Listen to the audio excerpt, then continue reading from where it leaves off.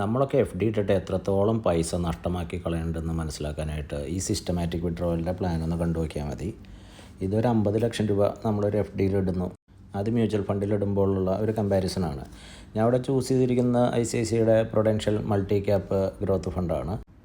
വളരെയധികം പഴക്കമുള്ള ഗ്രോത്ത് ഫണ്ടിൽ ഞാൻ 2015 എൻ്റെ കയ്യിൽ ഒരു 50 ലക്ഷം രൂപയുണ്ട്. അത് ഞാൻ ഈ ഫണ്ടിൽ സിസ്റ്റമാറ്റിക് വിഡ്രോവൽ പ്ലാനിന് അപ്ലൈ ചെയ്യാൻ പോവാണ്. ഓരോ മാസവും ഞാൻ ബാങ്കിൽ നിന്ന് എടുക്കുന്ന പോലെ ഒരു 35,000 രൂപ വെച്ച് വിഡ്രോ ചെയ്യാണ്. ഈ ഫണ്ട് എങ്ങനെ പെർഫോം ചെയ്തിട്ടുണ്ട് പാസ്റ്റ്, അതുപോലെ തന്നെ എന്താണ് ഇതിൻ്റെ ഇന്നത്തെ റിട്ടേൺ എന്നൊക്കെ നമുക്ക് ഇതിൽ നോക്കിയാൽ കാണാൻ സാധിക്കും. എല്ലാവർക്കും ഓൺലൈനിൽ പോയി നോക്കാം. ICICIയുടെ ഏറ്റവും ഒരു നല്ല ഫണ്ട്, പെർഫോമിംഗ് ഫണ്ട് ഒന്നുമല്ല ഈ ഒരു ബ്ലൂ ചിപ്പ് ഫണ്ട് എന്ന് പറയുന്നത്. ഞാൻ ഒരു കമ്പാരിസൺ എടുത്തു എന്നേ ഉള്ളൂ. റാൻഡമായിട്ട് പിക്ക് ചെയ്തപ്പോൾ ഈ ഫണ്ട് കയ്യിൽ വന്നു. ഞാൻ ഇതെടുക്കുന്നത് 2015 ഒക്ടോബർ മുതൽ 2024 മെയ് വരെ ഓരോ മാസവും ഞാനൊരു വിഡ്രോവൽ അപ്ലൈ ചെയ്യാണ്. പിന്നെ നമ്മുടെ കയ്യിലുള്ള മുഴുവൻ ഫണ്ടും ഇങ്ങനെയൊന്നും ചെയ്യേണ്ട. കുറച്ച് ഫണ്ടൊക്കെ നമുക്ക് എഫ് ഡിയിൽ കീപ്പ് ചെയ്യാം, കുറച്ച് ഫണ്ട് സിസ്റ്റമാറ്റിക് വിഡ്രോവലിനും കൊടുക്കാം. 35,000 വെച്ചിട്ട് ഓരോ മാസവും ഞാൻ വിഡ്രോ ചെയ്യാനാണ് പ്ലാൻ ചെയ്തിരിക്കുന്നത് കേട്ടോ. ഞാൻ സബ്മിറ്റ് ചെയ്തു. അപ്പോൾ എനിക്ക് കാണാൻ സാധിക്കും 2015 എൻ്റെ ഒരു 50 ലക്ഷം രൂപ. നമ്മൾ പലവരും എഫ് ഡി ഒക്കെ ഇട്ടിട്ടുണ്ടായിരിക്കും. ആ സമയത്ത് നമ്മുടെ വീട്ടുകാരൊക്കെ ഇത്തരത്തിലുള്ള ഒരു എമൗണ്ടൊക്കെ എഫ് ഡി ഇട്ടിട്ടുണ്ട്. ഇപ്പോൾ അതിന് ആ ഇട്ട തുക അവിടെയുണ്ട്, അവർക്ക് ഇൻട്രസ്റ്റും കാര്യങ്ങളൊക്കെ കിട്ടിയിട്ടുണ്ട്. ഈ ഒരു ഫണ്ട് എങ്ങനെയാണ് പെർഫോം ചെയ്ത് നോക്കാം. നമ്മൾ 50 ലക്ഷം രൂപ ഇൻവെസ്റ്റ് ചെയ്തിട്ടുണ്ട്. ടോട്ടൽ എമൗണ്ട് ഇതിനകം ഈ ഒരു 10 വർഷം അപ്രോക്സിമേറ്റ്ലി എടുത്തത് 35,70,000 രൂപ എനിക്ക് ഈ ഒരു 35,000 രൂപ വെച്ചിട്ട് റിട്ടേൺ കിട്ടിയിട്ടുണ്ട്. അതിനുശേഷം ഇന്ന് ഈ ഫണ്ടിൻ്റെ വാല്യൂ ആണ് എന്നെ ഞെട്ടിച്ചത്. 98 lakhs ആണത്. നിയർലി 1 CR ആയിട്ട് മാറിയിട്ടുണ്ട്. എന്താണ് ഇതിൻ്റെ കാരണം എന്ന് വെച്ച് കഴിഞ്ഞാൽ ബ്ലൂ ചിപ്പ് ഫണ്ട് നമുക്ക് 14.91% റിട്ടേൺ തന്നിട്ടുണ്ട് ഈ ഒരു കാലയളവിൽ. ഇതൊരു ബെഞ്ച് മാർക്ക് പെർഫോമൻസ് ആയിട്ട് വെച്ച് നോക്കുമ്പോൾ അത്യാവശ്യം നല്ല റിട്ടേണാണ് തന്നത് കേട്ടോ. മറ്റത് ബെഞ്ച് മാർക്ക് നമ്മുടെ നിഫ്റ്റിയുടെയൊക്കെ ഒരു 90 ലക്ഷം ആയിട്ടുള്ള ഒരു 13.97 റിട്ടേൺ തന്നിട്ടുള്ളൂ. എന്താണെന്ന് വെച്ചാൽ ഈ ഫണ്ട് 1 കോടി രൂപയോളം ആയിട്ടുണ്ട്.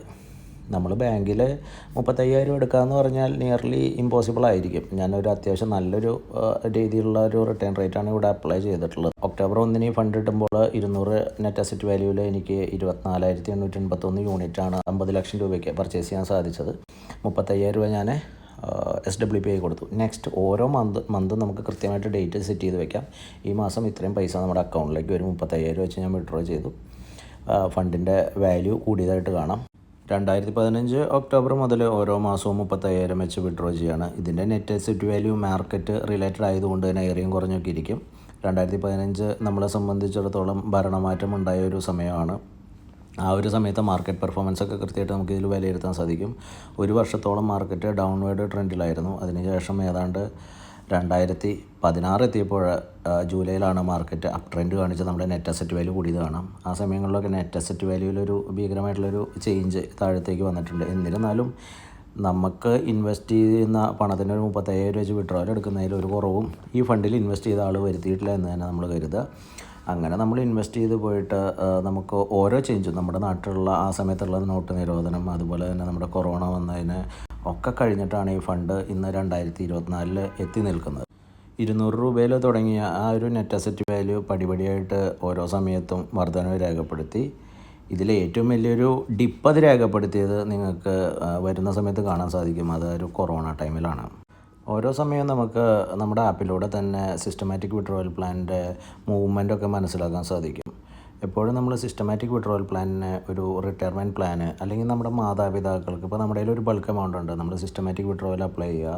നമ്മുടെ വീട്ടിലെ കാര്യങ്ങളൊക്കെ നടത്താനായിട്ട് ഏറ്റവും നല്ലൊരു ടൂളായിട്ടാണ് എനിക്കിത് ഫീൽ ചെയ്തത്. ഇനിയിപ്പോൾ ഏത് ടൈമിൽ വേണമെങ്കിൽ നമുക്കിത് സ്റ്റോപ്പ് ചെയ്യാൻ സാധിക്കും കേട്ടോ. നല്ല രീതിയിൽ പോയിക്കൊണ്ടിരുന്ന മാർക്കറ്റ് ഓരോ നെറ്റ് അസറ്റ് വാല്യൂ 300 ക്രോസ് ചെയ്ത് ഏപ്രിൽ 1 നമുക്കറിയാം കൊറോണ ലോകത്തെ നടിക്കുന്ന നിമിഷമാണ്. ആ സമയത്ത് അതിൻ്റെ വാല്യൂ ഇന്ത്യൻ സ്റ്റോക്ക് മാർക്കറ്റ് എന്നല്ല ലോകത്തിലെ എല്ലാ മാർക്കറ്റും ഈവൻ എല്ലാം താഴ്ന്നിരിക്കുന്ന സമയത്ത് അത് 200 താഴെ പോയി. നമ്മൾ 5 കൊല്ലം മുന്നേ മേടിച്ച ആ വാല്യൂവിലും താഴെ പോയി. അതൊരു മാസമേ നിന്നുള്ളൂ. അതിനുശേഷം വീണ്ടും മാർക്കറ്റ് കയറി വരുന്നതായിട്ട് നമുക്ക് കാണാം. പിന്നീട് നടന്നതൊക്കെ ചരിത്രമാണ്. സത്യം പറഞ്ഞു കഴിഞ്ഞാൽ 1 കൊല്ലത്തിനൊക്കെ ശേഷം മാർക്കറ്റ് വളരെ വലിയൊരു ബൂമുണ്ടാക്കി. ഈ സമയത്തൊക്കെ നമ്മുടെ വാല്യൂ എത്രയാണെന്ന് നമുക്കിവിടെ മനസ്സിലാക്കാൻ സാധിക്കും. ചില സമയത്തൊക്കെ അത് 60 ലാഖൊക്കെ ക്രോസ് ചെയ്ത് പോകുന്നതും എല്ലാം നമുക്ക് അനലൈസ് ചെയ്യാനും സാധിക്കും. ഇനിയിപ്പോൾ ഒരു ടൈമിൽ ഇപ്പോൾ കൊറോണയൊക്കെ നീണ്ടു നിൽക്കുകയാണ്, മാർക്കറ്റൊക്കെ അങ്ങനെ സ്റ്റേബിൾ അല്ലെങ്കിൽ നിങ്ങൾക്ക് അതവിടെ സ്റ്റോപ്പ് ചെയ്യാം കേട്ടോ. നിങ്ങളുടെ യൂണിറ്റ് വിൽക്കുന്നില്ല എന്ന് പറഞ്ഞുകൊണ്ട് നിങ്ങൾക്ക് സ്റ്റോപ്പ് ചെയ്യാനും സാധിക്കും. അതാണ് സിസ്റ്റമാറ്റിക് വിഡ്രോവലിൻ്റെ ഒരു ബ്യൂട്ടി എന്ന് പറയുന്നത്. അങ്ങനെ വന്ന് ജൂൺ ഇന്നത്തെ ഡേറ്റിൽ ഞാൻ നോക്കുമ്പോൾ ഇത്രത്തോളം പൈസ ഓരോ മാസവും 35,000 രൂപ വിഡ്രോ ചെയ്തിട്ട് ഈ ഫണ്ടിൻ്റെ വാല്യൂ ഏതാണ്ട് നിയർലി 1 crore അടുത്ത് എത്തി നിൽക്കുകയാണ്. ഇത് റിയൽ ഡാറ്റയിൽ ഇട്ടിട്ടുള്ള ഒരു കമ്പാരിസണാണ്. നിങ്ങൾക്ക് സൈറ്റിൽ കയറി നോക്കിയിട്ട് നിങ്ങൾക്ക് ഇഷ്ടമുള്ള ഫണ്ട് ചൂസ് ചെയ്തിട്ട് നിങ്ങൾക്ക് സിസ്റ്റമാറ്റിക് വിഡ്രോവൽ എങ്ങനെയാണ് പെർഫോം ചെയ്തതെന്ന് നോക്കാം. ബ്ലൂ ചിപ്പ് ഫണ്ട് പെർഫോം ചെയ്ത പോലെ ആയിരിക്കില്ല മിഡ് ക്യാപ്പ് പെർഫോം ചെയ്ത പോലെ ആയിരിക്കില്ല ലാർജ് ക്യാപ്പ്.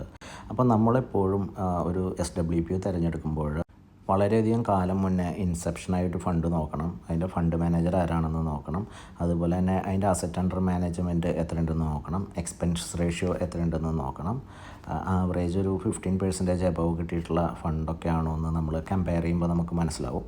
അങ്ങനെ ചെയ്തുകൊണ്ട് വേണം നിങ്ങൾ സിസ്റ്റമാറ്റിക് വിഡ്രോവലിനായിട്ട് ഫണ്ട് ചൂസ് ചെയ്യാൻ. ഇനി ഇതിലേതെങ്കിലും സപ്പോർട്ട് വേണമെങ്കിൽ എൻ്റെ ഓഫീസായിട്ട് നിങ്ങൾക്ക് കോൺടാക്റ്റ് ചെയ്യാം. എല്ലാ സപ്പോർട്ടും നമ്മൾ ഫ്രീ ആയിട്ട് ചെയ്ത്